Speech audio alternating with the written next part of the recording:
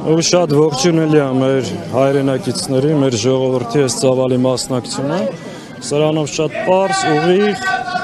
իրենց աջակցությունն են հայտնում վեհապարին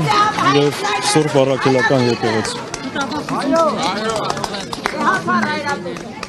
Մեր կողմից չի լինելու, բայց բնականաբար մենք պաշտպանելու ենք։ Դե դրա համար են եկել։ Գլխավոր սադրիչը ուղարկել է մնացած սադրիչներին։ Այսա Հայաստանը այսպես բաժանել է։ Այսին Նիկոլայի գիծն է, որ քաշել է։ Այն կողմում հակահայ,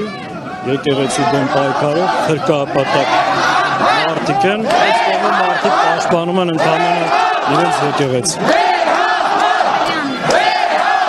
Իշխանությունները քննադատում են, որ ընդդիմադիր ուժերը, նաև դուք, քոչարյանականները, Ռուսաստանաբնակ օլիգարխի կողմնակիցները կաթողիկոսի հրավերով այստեղ մասնակցում եք եւ միջամտում եք եկեղեցու ներքին գործերին, մեկնաբանեք։ Չենք միջամտում թուրքերից ու թշնամիներից, պաշտպանում ենք հայ առաքելական Սուրբ եկեղեցի։ Ու այն սադրիչներից։ Ու պաշտպանելու ենք մինչև վերջ։ Այսպես կանգնելու ենք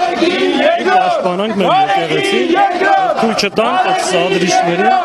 հարձակվել, թիրախավորել մեր եկեղեցին։ Կաթողիկոսի հանդիպում ունեցել եք վերջին շրջանում որևէ խոսակցություն։ Ոչ։ Ընդհանրապես շատ են եղել, բայց այս վերջի շրջանում չէ։ Ասաղաթելը սարստ բառակցում չէ, մի մասում վեհապարի հեռացում են պահանջում, մի մասում ի աջակցություն վեհապարի Ընդհանրապես հայ ժողովրդի համոքն է։ Իհարկե պառակտում է, բայց այս գիծը քաշել է Նիկոլը, ու մենք պետք է պահենք մեր եկեղեցին, ուրիշ տարբերակ չունենք։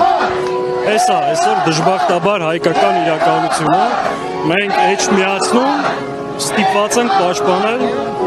հայոց վեհապարին եւ հայ առաքելական Սուրբ եկեղեցին։ Էսա իրականությունը։ Իհարկե չեն հասնում, ոնց կարա